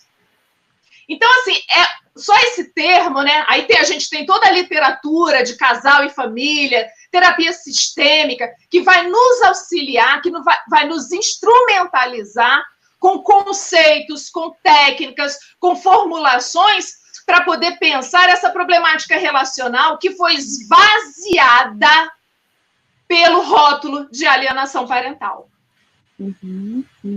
Passo a palavra. Então, eu estava aqui pensando, né, que a gente está vindo aqui muito, olhando o chat, né, a gente olha aqui, olha o chat, aquela coisa, tentando contemplar tudo, e a gente vê muitos depoimentos, né, e são depoimentos, gente, primeiro que eu quero dizer, assim, que a gente tem muita reverência, né, assim, pela dor de cada pessoa dentro de um processo onde os afetos estão sendo jogados, né? É dizer que toda dor, ela precisa ser considerada e há uma reverência. A questão é que, como sujeitos, nós temos paixões, né? Você imagina se todas as minhas paixões fossem aquelas que conduzissem uma garantia de direitos de uma maneira equânime para todos e para todas, né? Você imagina que, de repente, alguém fizesse um grande mal para alguém que eu amo muito, e dentro de um reconhecimento, de uma paixão, de um sentimento, eu digo, olha, essa pessoa tem que morrer. O sentir o desejo que ela morra, que ela desapareça, é muito compreensível dentro do campo das nossas paixões, dos nossos afetos, mas essa paixão, ela não pode orientar o convívio coletivo. Ela não pode, porque essa onda de que o meu direito acaba quando o outro termina, não é, gente. O direito de todo mundo é ao mesmo tempo. Ao mesmo tempo e todo momento. A questão é que estamos pensando em crianças e adolescentes que estão dentro de uma lógica de poder na sociedade extremamente em desvantagem. E essa desvantagem, ela acaba sendo usada pelas paixões dos adultos, né? Então, eu acredito que a gente tem que ter um esforço, e aí a psicologia, dando uma provocação, antes de ouvir a Nayara, até porque a Edna até comentou alguma coisa sobre, né, o melhor interesse, eu acho que vale a pena falar também ainda, mas às vezes a psicologia, ela entra, gente, em vez de repente, amenizar, ou pelo menos lidar com o conflito, ela entra para acirrar o conflito. Ela entra na disputa junto com aquele que o contratou. Gente, a disputa pela disputa, a gente perde a criança nesse processo. Então, eu acho que a gente tem alguns cuidados que a Analícia está trazendo, que a gente precisa ver o que é que a gente está querendo, qual é o nosso lugar nessa relação. Quem é que a gente quer proteger, de fato? É o nosso campo moral ou a gente quer proteger a criança e o adolescente? Eu acho que essa é uma discussão interessante. O que você acha, Nayara? Nayara está meio escuro aí, mas acho que vai ficar meio escurinho assim, né? Mas acho que não... tudo Vamos bem, é o pôr do sol, né? Um momento romântico para falar das nossas relações de afeto. Mas sem problema, a gente está te vendo, tá tudo bem.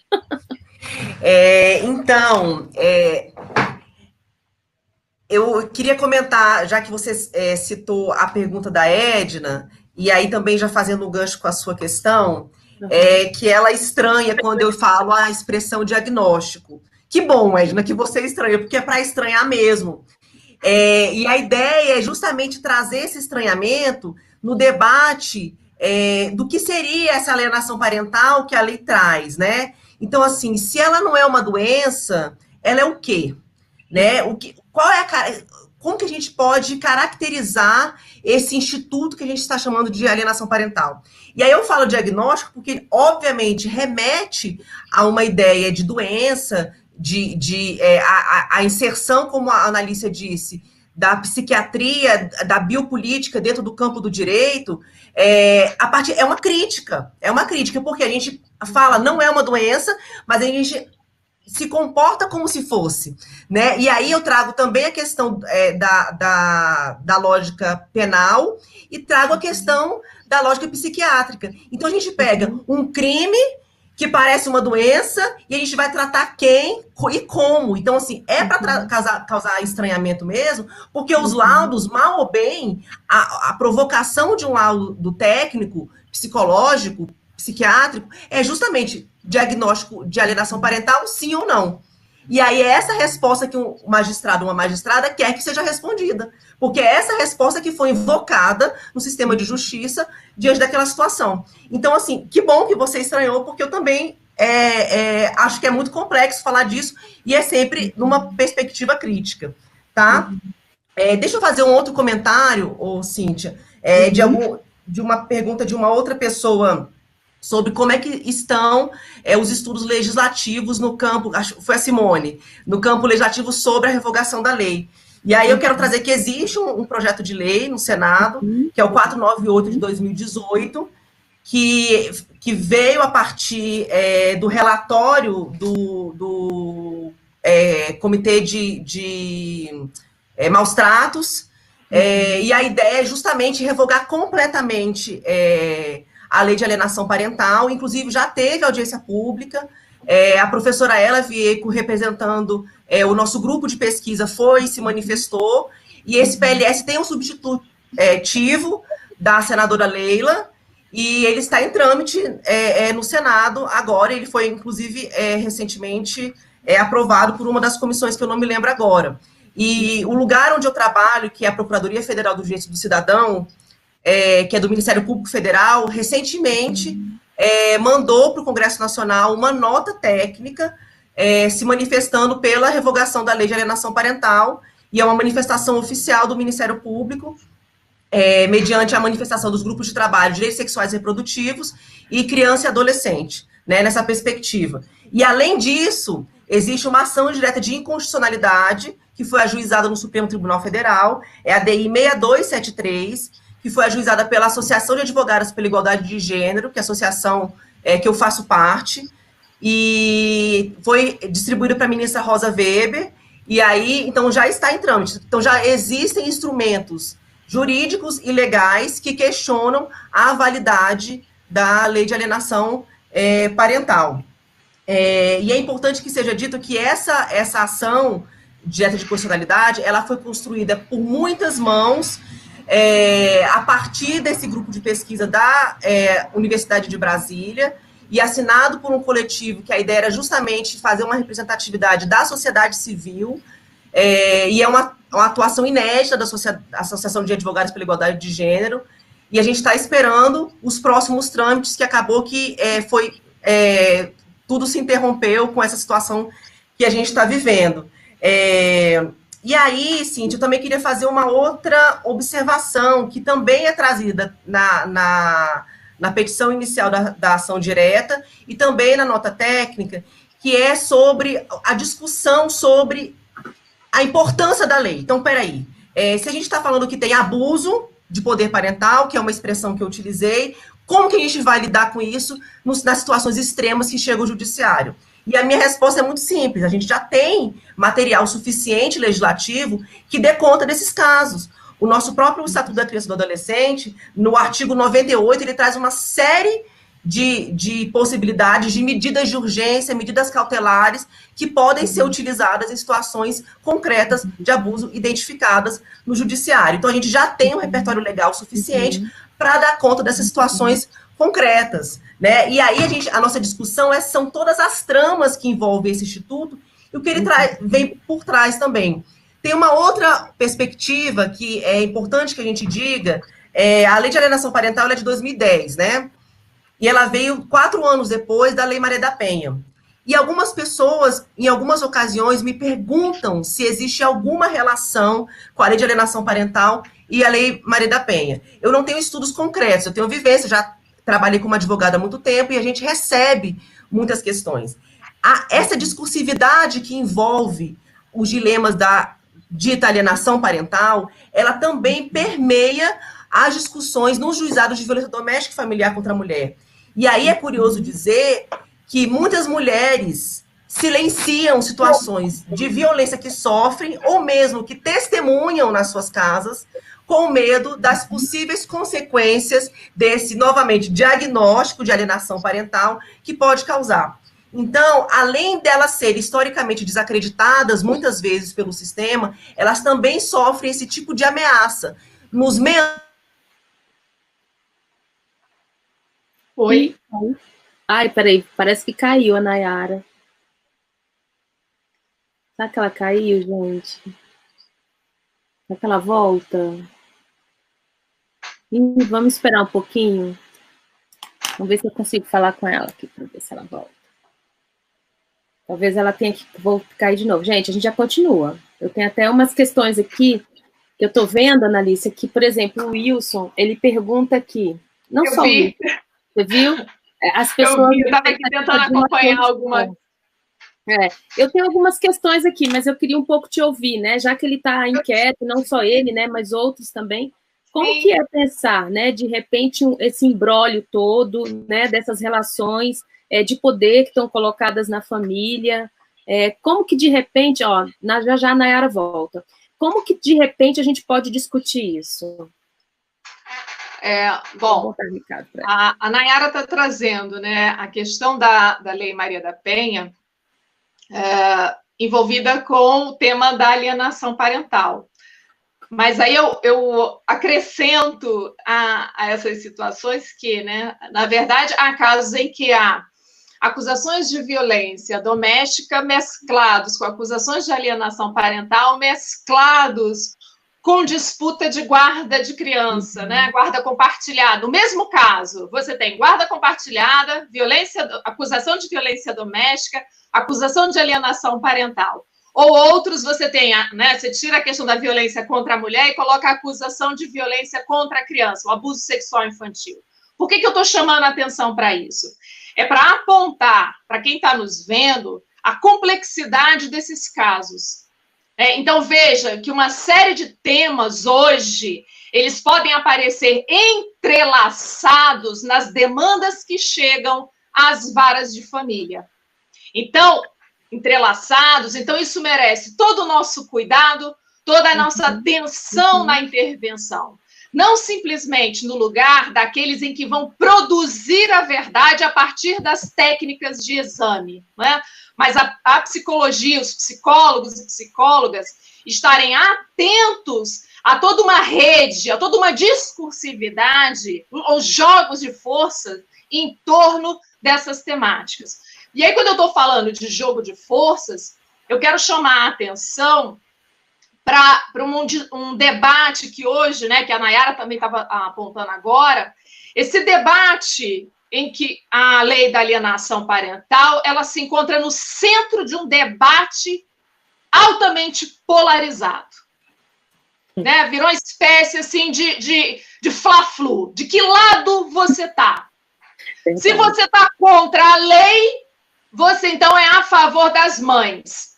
E se você é a favor da lei, você está então a favor dos pais, né? Ou é A ou é B, ou é preto ou é branco. E aí, de novo, meus caros colegas, nós esvaziamos a complexidade desse debate. Vamos. Ai, Analícia, lá vem então esse pessoal, né? O costume é assim, defensor de abusador sexual. Gente, todo mundo que chama atenção para a complexidade desses casos, hoje é chamado de defensor de abusador. Devo lembrar que, vivendo no Estado Democrático de Direito, que todos têm direito, sim, né, à defesa, ao contraditório. Tá? Só assinalando aqui em nota de rodapé, porque alguns esquecem, né, que é um Estado Democrático de Direito. Mas, enfim, por que eu quero alertar isso? Porque não se trata, a psicologia, ela não tem que se posicionar como quem está contra ou quem está a favor.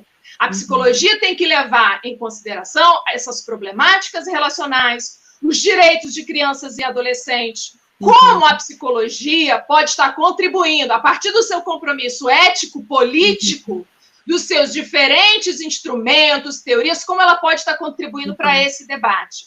Porque se nós polarizarmos, nós vamos essencializar uma luta contra o bem contra o mal. Ora, são os pais, os homens pais, que ficam no lugar de malfeitores, ou as mães que ficam no lugar de bruxas, loucas, insanas, e os pais, então, seriam as vítimas. Senhoras e senhores, o debate ele é muito mais complexo que isso. Existem casos de abuso sexual infantil? Existem. Acho que ninguém aqui está discordando disso. Ninguém. Existem falsas alegações de abuso sexual infantil? Existem. Elas também existem. Agora, eu quero assinalar, no que tange a esse tema das falsas alegações, é que ele foi colado à ideia de alienação parental. Então, o suposto agressor, ele se utiliza do argumento da alienação parental para dizer que aquela acusação feita pela mãe é uma falsa alegação de abuso sexual infantil. Então, ele está usando a alienação parental como argumento na sua defesa. E aí foi muito curioso, né, na época que saiu num programa, né, televisivo de domingo, de alta audiência, que saiu um especial de muitos minutos sobre essa temática, né? E aí o que os operadores do direito entrevistados, eles apontavam era assim, não, todo o problema dos casos de inversão de guarda, bem resumidamente, tá, pessoal? O problema desses casos é que a lei está sendo mal aplicada. Não, a lei não está sendo mal aplicada. Ela está sendo aplicada da forma como ela foi criada, para defender homens pais contra as mulheres. Só polemizando um pouquinho mais. A lei foi criada para isso. E ela permanece, então, fazendo o que ela, para o objetivo que ela foi criada, certo?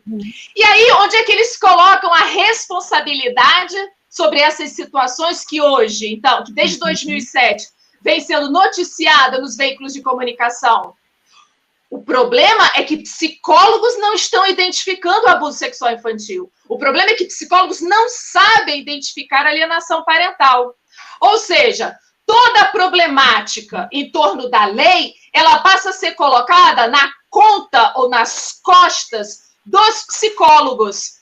Porque são eles que são os auxiliares da justiça, são eles os especialistas da psique, do exame da interioridade, então são eles que vão dar a verdade sobre o abuso sexual.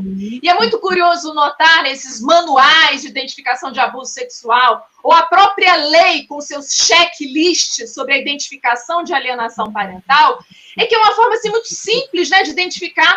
Você pega uma série de supostos sintomas e comportamentos e associa à criança. Então, eu trabalhei num caso em que a criança coçou as nádegas, a mãe, então, ficou desconfiada, porque ela coçou o bumbum quando voltou da casa do pai. E a mãe, então, entrou com a alegação de abuso sexual contra o pai. Então, vejam a banalização dessas acusações. É dever da mãe proteger a criança? Sim, claro, ninguém está discordando disso. É dever da mãe? Óbvio. Porém, o que está acontecendo hoje... Aí, né, eu faço diálogo, né, com a professora Laura Loenkron, do IMS, do Instituto de Medicina Social da UERJ, que é sobre a construção no imaginário social do monstro pedófilo. Então, hoje, todo homem passa a ser visto como um potencial abusador, como um monstro, como um ofensor sexual ou como um pedófilo em potencial. Então, nós precisamos, enquanto sociedade, enquanto profissionais engajados nesse debate, problematizarmos isso, porque essa naturalização desses discursos sem fundamentação técnico-científica, esses discursos estão levando à judicialização da vida, a uma demanda incessante para o judiciário, que vai dizer quem é o agressor e quem é a vítima. E simplifica, assim, todas as problemáticas relacionais. Nayara, eu estava aqui aquecendo o debate enquanto você voltava. Agora eu passo a palavra. E aqueceu, viu, Nayara? Foi pouco, não. Ela deixou isso para o segundo tempo, no final do jogo, para os pênaltis. Ela deixou para a prorrogação. Gente, nós vamos ficar aqui, a gente já tem o quê? Vamos ficar mais, acho que é mais ou menos uns 15 minutinhos, até porque, né, os nossos dialogadores também aqui no chat também estão com muita informação para processar. Que bom que a Nayara voltou. Nayara, você quer concluir o que você estava colocando? Eu já até me perdi um pouco, foi minha conexão caiu, até peço desculpas, porque às vezes isso acontece mesmo. Eu estava fazendo um link com a questão da violência doméstica e peguei aqui um pedacinho da fala da Ana Alicia, mas também não sei em que termos que ela estava nesse aquecimento.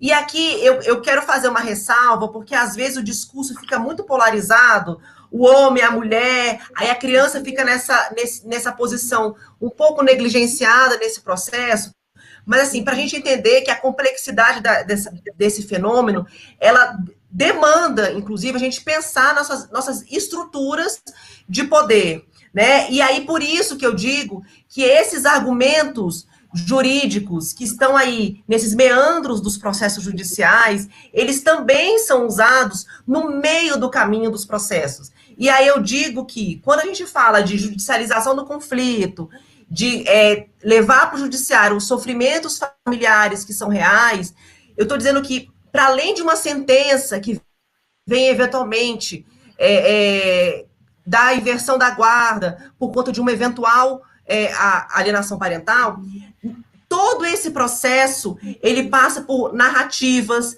por negociações, por ameaças. E aí, falando no campo da violência doméstica, é importante lembrar que essas ameaças, elas agregaram também esses processos. Então, melhor você não falar nada, porque senão pode perder a guarda do seu filho. E aí o silêncio de muitas mulheres que são violentadas ou são testemunhas de abuso, ele pode muitas vezes se perpetuar. E a gente também não tem esse dado porque às vezes não chega numa sentença. Né? A gente tem, às vezes, silêncios que acontecem nesse meio tempo e a gente não tem esses dados tão caracterizados. E aí fica, inclusive, difícil a gente fazer pesquisa. A gente vai falar o quê? Teve alegação de alienação parental no caso de violência doméstica? Como que isso apareceu? E aí eu digo sobre a perversidade que esse instituto pode ter dentro dessas discussões no campo do judiciário. Mas uma outra coisa que eu também gostaria de ressaltar é que também, muitas vezes, essas polaridades, elas levam a crer, e aqui eu quero tirar um pouco dessa crença, que nós não estamos falando, que a gente não apoia uma parentalidade responsável de pais e mães. Então, quando a gente compreende essas complexidades relacionais, a gente entende, sim, que pais e mães precisam se responsabilizar pelo cuidado dos filhos e das filhas, né? Mas isso também não significa que a gente vai o tempo inteiro usar desses mecanismos para polarizar o discurso. Então, aí, quantas vezes eu ouço os homens falando, para de achar que são sempre as mulheres. As mulheres não são coitadas, elas não são sempre vítimas, mas elas fazem parte dessa estrutura, assim como essas crianças e adolescentes são negligenciados, sim. E a participação parental dos pais, ela é muito importante, porque quando a gente fala nessa polaridade, ela se reproduz também dentro das próprias discussões de violência doméstica, porque em algum momento fica parecendo que se a gente gendrificar o nosso discurso, fica parecendo que esses homens que são as vítimas, que ficaram sem os seus filhos, porque a mãe falou mal dessas crianças e agora eles não têm mais acesso. Mas espera aí, não eram as crianças a grande preocupação? Ou agora são esses pais ou essas mães que estão sem as crianças? E aí vira um nó nessas disputas, que são sempre os adultos falando dos seus lugares e dos seus conflitos, né? Das necessidades, das suas carências, etc. E aí, quer dizer, a gente está protegendo quem? A gente está protegendo esse genitor eventual que ficou sem a criança ou a criança, né? E aí essas perguntas, elas são importantes porque os meandros dos processos são muito ricos, né? E acontecem muitas negociações e narrativas possíveis. E aí, só o que eu quero chamar a atenção é como a utilização, e aqui a má utilização dessas categorias, elas podem essencializar e reforçar essas desigualdades. E também quero fazer uma outra observação, que também é muito comum quando a gente fala da lei de alienação parental, as pessoas falarem, mas não é uma má utilização da lei? É um problema da lei ou de uma má utilização da lei? Eu defendo que a lei é principalmente mal utilizada porque ela tem defeitos congênitos. Defeitos congênitos a gente não conserta conversando aqui numa live. A gente está falando de defeitos que têm um repertório histórico que elas se reportam para a nossa realidade atual e elas essencializam essas desigualdades, essencializam essa incorporação do judiciário dessa linguagem que ela não soluciona conflitos, ela acirra os conflitos. Então, eu entendo que não é uma má aplicação da lei, eu entendo que é uma legislação que ela já nasce com uma série de problemas, com uma deficiência de diálogo, de discussão, de debate com a sociedade civil, com os próprios sujeitos que são envolvidos, e ela projeta, na sua aplicação, os efeitos da sua criação, tá? E aí, passo a bola para vocês. Então, a gente tem aqui um tempinho, eu tenho algumas questões aqui, mas acho que eu quero falar mais para o final, quando a gente já estiver se despedindo. Queria saber se vocês têm... Não, deixa eu destacar uma coisa aqui, acho que aí abre a bola para a gente já finalizar. Tem uma questão, né, que, assim, a gente está ouvindo muitos relatos, muitas histórias, dizer que é isso, reforçar a fala da Analícia, né? O abuso, gente, de crianças, ele acontece dentro da disputa de alienação parental, de guarda ou fora dela. Então, o que é o nosso movimento? É de promover a emancipação dessa criança também para que ela se defenda. A gente precisa também, de alguma forma, criar mecanismos de defesa da criança que se afastem dessas disputas de narrativa com o outro, né? A Rosana, a parceira aí do blog, né, Psicologia no SUAS, ela traz a questão, né, de judicializar o direito à convivência. Essa questão do direito à convivência é um elemento importante, porque a gente, muitas vezes, está disputando o direito a ter um tipo de família, e não o direito à convivência familiar, que são coisas que podem ser compreendidas de maneiras diferentes. Porque ontem mesmo, na nossa live, alguém perguntou, falou assim, vamos conversar mais sobre isso em outra live. Ontem a gente fez uma live sobre violência aqui no canal, que foi bem interessante. E a gente fez esse destaque, né? Nem toda família me é familiar. Nem toda estrutura familiar consegue proteger devidamente a criança no contexto de garantir o convívio familiar. Então, acho que essa é uma discussão interessante. E só para pontuar, a Bárbara, e depois também teve, acho que a Cálita, falaram alguma coisa sobre pensar políticas públicas, e aí dialogando com o Wilson, pensando nessa questão de solução. Gente, projeto nosso é um projeto a longo prazo, é uma paciência histórica que a gente precisa ter, porque essa questão que acontece na família, ela é moral, ela se enrijece por dispositivos que o que a gente tem que investir? É na educação. Então, eu pensei aqui muito rapidamente em algumas questões. Acho que na educação, e aí eu estou falando de educação no nosso processo de desenvolvimento, a gente tem que definir que parentalidade e conjugalidade são coisas diferentes. Isso é o básico para a gente poder pensar a proteção de crianças e adolescentes. As crianças não podem entrar numa relação conjugal, né? Ou fala lá com o seu, né? O seu pai é terrível, né? Já viu quando você fala assim, seu pai é terrível, sua mãe é terrível. Peraí, você está falando do meu pai, da minha mãe, ou você está falando do seu marido, da sua esposa, do seu companheiro, da sua companheira? De quem que você está falando? Acho que a criança ela tem que aprender a fazer essa pergunta. Para ela é importante saber de quem que você está falando. Se é do seu companheiro, da sua companheira, ou se está falando da relação que aquela pessoa tem com aquela criança. Isso é um elemento importante. Nas escolas, a gente precisa desenvolver para a criança que essa coisa de respeitar mais velho, né? Quantos abusos acontecem porque as crianças entendem que tem que respeitar o mais velho sentando nos colos deles. Que as crianças não vão contar que aquela pessoa está fazendo alguma coisa com elas, porque se elas contam, elas vão dizer que elas estão fantasiando. Então, assim, as relações, gente, de proteção da criança não é só no judiciário, de chegar lá e ficar disputando narrativa se a pessoa fez ou não fez, mas no cotidiano, como é que você ensina o seu filho a ele lidar com o mundo adulto? Isso é muito importante, né? E vamos reduzir esse tanto de moralismo, gente. A escola tem que ser o espaço para se falar de tudo. Tudo, absolutamente tudo. As crianças precisam acessar tudo a partir de uma linguagem que lhe seja customizada. Então, se é para pensar a política pública, então a gente precisa pensar na educação. A educação ela é fundamental, porque é isso, a gente não toca em assuntos que são tabus, em assuntos que são fetichizados, e a gente está aqui, ó, na mão do judiciário, disputando sobre os nossos afetos. Pessoas, ouvindo as últimas considerações das nossas convidadas, eu não tive como não participar também como convidada. Falei mais do que devia. Mas eu não tenho jeito, eu me implico muito nesse debate. Então, foram 3 convidadas, eu me autoconvidei. Que bom! Ai, que horror! Mas, enfim, Nayara, Analícia, as considerações finais aí que vocês queiram acrescentar, queiram agregar para a nossa conversa aí, para a gente se despedir, então. Que pena. Não, continua o debate. Nayara? Cíntia, muito obrigada pelo convite.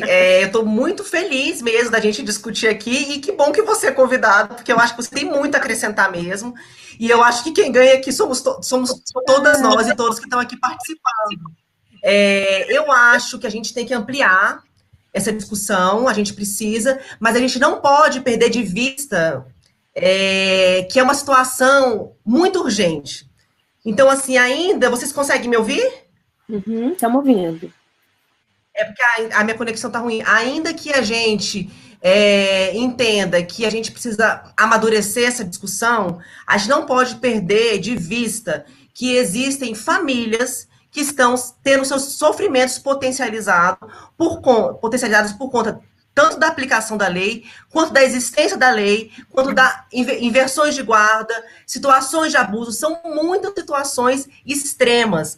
Então, a gente tem que estar no debate, mas a gente tem que lembrar que as pessoas estão vivendo, hoje, as consequências das perversidades desse instituto. E, assim, fazendo esse alerta, porque a gente não tem como esperar muito tempo. Né? A gente tem que saber que as pessoas que estão em casa estão sofrendo esse tipo de coisa. E lembrando que eu sou absolutamente a favor de diálogo, eu sou absolutamente a favor de olhar as complexidades das relações familiares, da parentalidade e das relações de afeto, porque ainda que sejam situações diferentes, em muitos aspectos, elas acabam se misturando. E a gente tem que entender que é uma realidade mesmo. Né? Então, assim, de novo eu agradeço a oportunidade, fiquei muito feliz de ver várias participações de pessoas muito queridas aqui, que eu conheço, e eu espero que a gente se encontre em outras ocasiões, quem sabe presencialmente, né? E desejar um excelente domingo para vocês e para as pessoas que estão acompanhando. Joia! E aí, Analícia, salve final! Então, tem quanto tempo?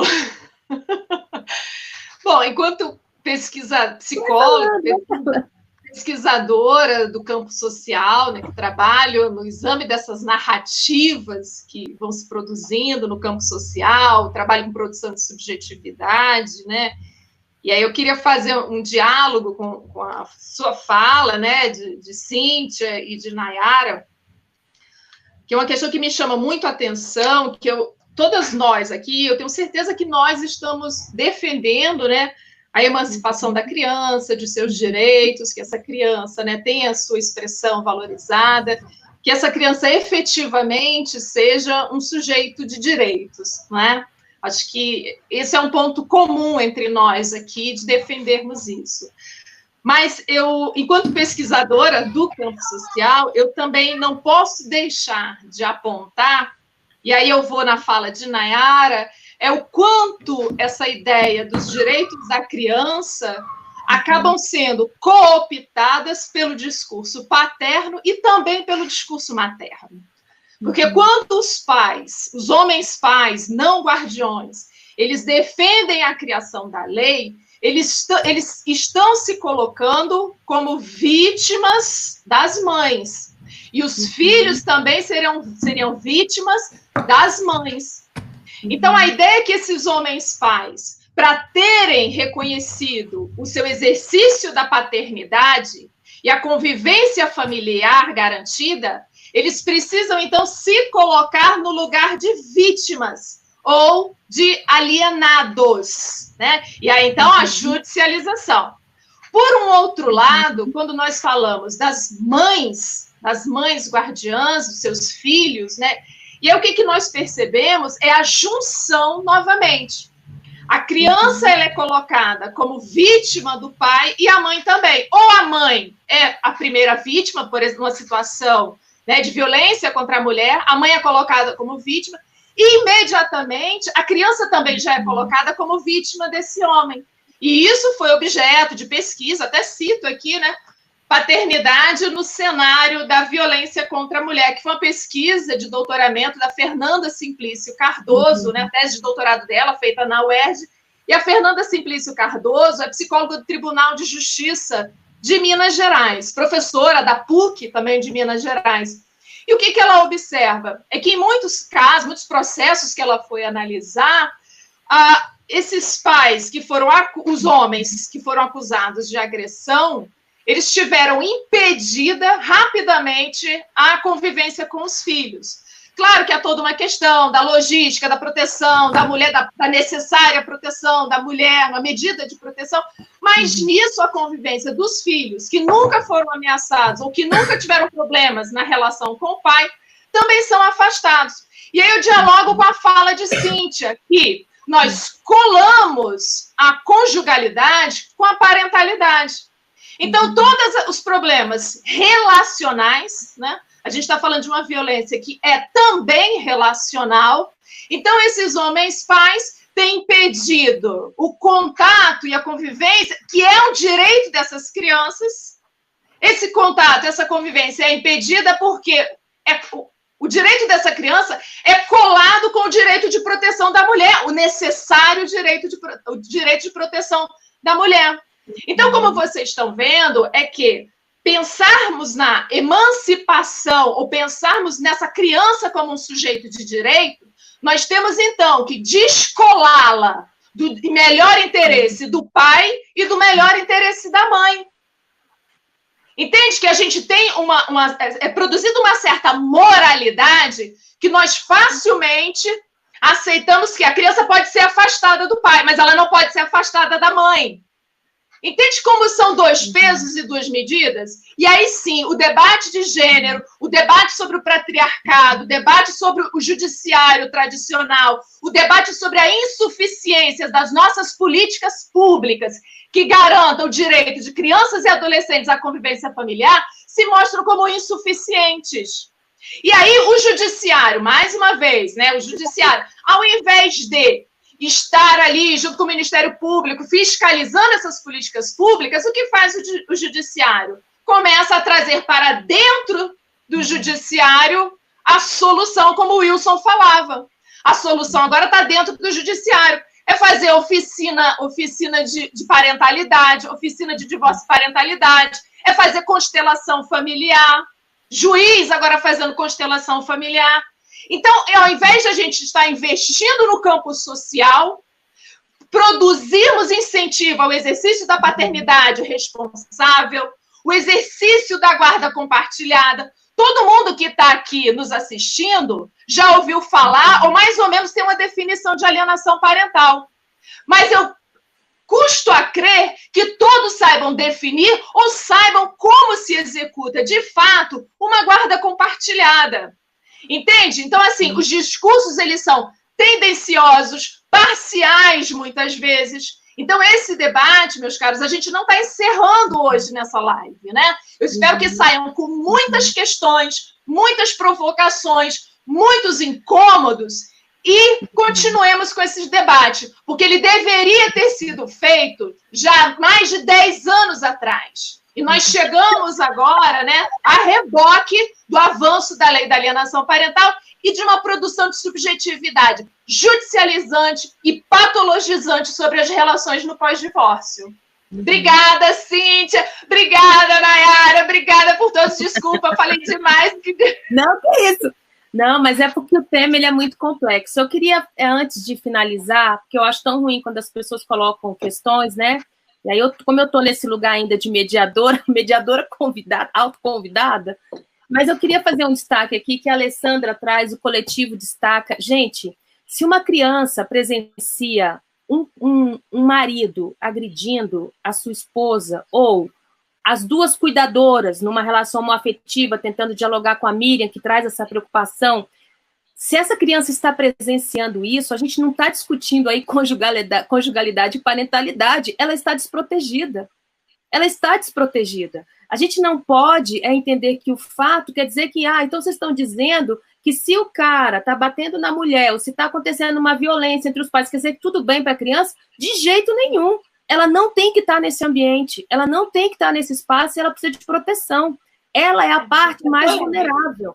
Então, assim, é muito importante a gente fazer esse destaque, que não é dizer que, se é um bom marido, pode ser um bom pai, ou então é um mau marido. Essa discussão, gente, ela é pequena se a gente for por essa linha. O que a gente está falando de conjugalidade e parentalidade é a gente, primeiro, levando a fala aqui também de Nayara, vamos customizar cada situação, olhar para o caso concreto. Olhar, não dá para a gente universalizar e soltar provérbios para falar da vida vivida, gente. Provérbios, falas fechadas, são falas que vão facilitar a comunicação, mas vão desvirtuar a complexidade do fenômeno. Então, eu acho que é muito importante a gente estar marcando aqui que quando a gente fala que é importante que conjugalidade e parentalidade fique muito marcado na vida dos cuidadores, para que eles protejam a criança, inclusive o seu direito de convívio familiar. Né? Isso é importante, não que ela tenha que ser submetida a uma situação de violência doméstica ao ver sua mãe, o seu pai, seu cuidador, enfim, sofrendo violação. Se ela está nesse contexto, ela está sendo desprotegida. Então, isso é um elemento que a parentalidade precisa precisa ser acionado, entende? Então, não vamos usar as narrativas para estabelecer como elemento a favor do nosso lado. A gente tem que estar a favor do lado da criança nesse momento, porque a discussão é em torno dela. Se cria essa discussão em torno dela. Nós defendemos direitos de mulheres, a gente sabe que a gente está no patriarcado mesmo. A Analícia marcou muito bem aqui, Nayara também. Gente, existem leis machistas, leis que são criadas para sustentar o nosso lugar de vulnerabilidade política. Então, ninguém aqui está ingênuo nisso. O que a gente quer dizer é que o debate ele é amplo, ele é complexo, e a gente não vai encontrar uma solução, mas uma coisa a gente podia investir, é numa educação emancipatória. Eu volto a insistir nisso, porque a educação emancipatória, ela conversa sobre tudo com crianças, sobre todas as coisas com crianças, dentro da sua linguagem, dentro do seu campo de compreensão. E, às vezes, a gente acha que proteger, eu falei ontem na live, é igual um objeto que você pega, vou proteger essa criança, você coloca debaixo do braço e ela vira um objeto do que você entende que é proteger. Você não dialoga com a criança, você não pergunta para ela, você não coloca a criança como protagonista do processo. Então, acho que a gente precisa rever isso aí muito, muito bem. E pior que eu provoquei, as meninas vão até ficar aquecidas, né, para falar, mas só porque foram considerações ditas no chat. E é isso, gente, cada um, a gente sabe aqui, ó, tem gente com raiva mesmo, raiva do judiciário, raiva do companheiro, raiva da companheira. Gente, isso é super legítimo. Mas sabe o que a gente faz quando a gente está em extremo sofrimento? A gente busca a rede de apoio. E essa rede de apoio, não pense que vai ser apenas um advogado. Não pense que vai ser apenas um psicólogo. A gente precisa buscar rede de cuidados para nós e para os nossos filhos, para as pessoas que nós amamos. Então, esse é o desafio. Não sei, enfim, falei um monte de coisa aqui, não vou nem mais olhar o chat, senão eu não vou parar. Gente, desculpa, se eu for olhar, não vou parar. Olha, Nayara, Analícia, que maravilha esse nosso bate-papo, né? Me sinto uma pessoa privilegiada por estar aqui, né, com mulheres que pensam sobre o mundo, né, que tiveram a oportunidade, né, de estar aqui fazendo esse debate, essa discussão, porque existem muitas mulheres que não podem ter esse espaço, são emudecidas, são, né, têm uma potência para falar sobre as coisas, mas não ocupam esses espaços, porque não ocupam, às vezes, os lugares de privilégio que a gente vai tentando, enfim, né, ocupar, sabendo do nosso lugar, mas sabendo também que a gente está numa sociedade onde as pessoas perguntam, cadê os homens que não estão falando aí, né? E essa pergunta não é a pergunta de uma pessoa, essa é a pergunta de um mundo, né, atravessado pelo patriarcado. Então, eu acho que é muito legal a gente estar aqui nesse momento, e eu acho que a gente tentou contemplar minimamente, né, uma perspectiva mais ampliada. Acho que a gente toma um determinado partido, a gente tentou, sim, tomar o partido do direito da criança e do adolescente. Acho que isso a gente tentou. Agora, contemplamos, não contemplamos, isso faz parte, gente, do debate, né? O debate é isso mesmo, né? E que bom que vocês acompanharam a gente, agradecer muito, ó. Bom demais vocês estarem aqui. E é isso, gente, vamos dar um tchau, né? Ai, que triste, mas vamos dar um tchau. Detesto dar tchau nessas horas. Gente, obrigada, hein? Valeu demais. Tchau, gente. Obrigada. Pera. Não dá tchau ainda. Não. Gente, só uma coisa, rápido. Tem outras lives no canal que vão fazer interface com essa conversa, só para dizer que tem gente perguntando. Tem outras lives, procurem, investiguem lá no canal, vocês vão encontrar interlocuções. E para os psicólogos e psicólogas, terça-feira agora a gente vai ter uma live para falar do atendimento online, tá? Depois a gente vai divulgar nos canais. Terça-feira, 17 horas, nós vamos falar sobre esse algo que chegou de uma forma, né, igual um tsunami na vida da categoria, e a gente vai discutir sobre o atendimento online. Gente, era isso. Beijo, agora é de verdade. Tchau. Tchau. Ai, tchau. Tchau, tchau.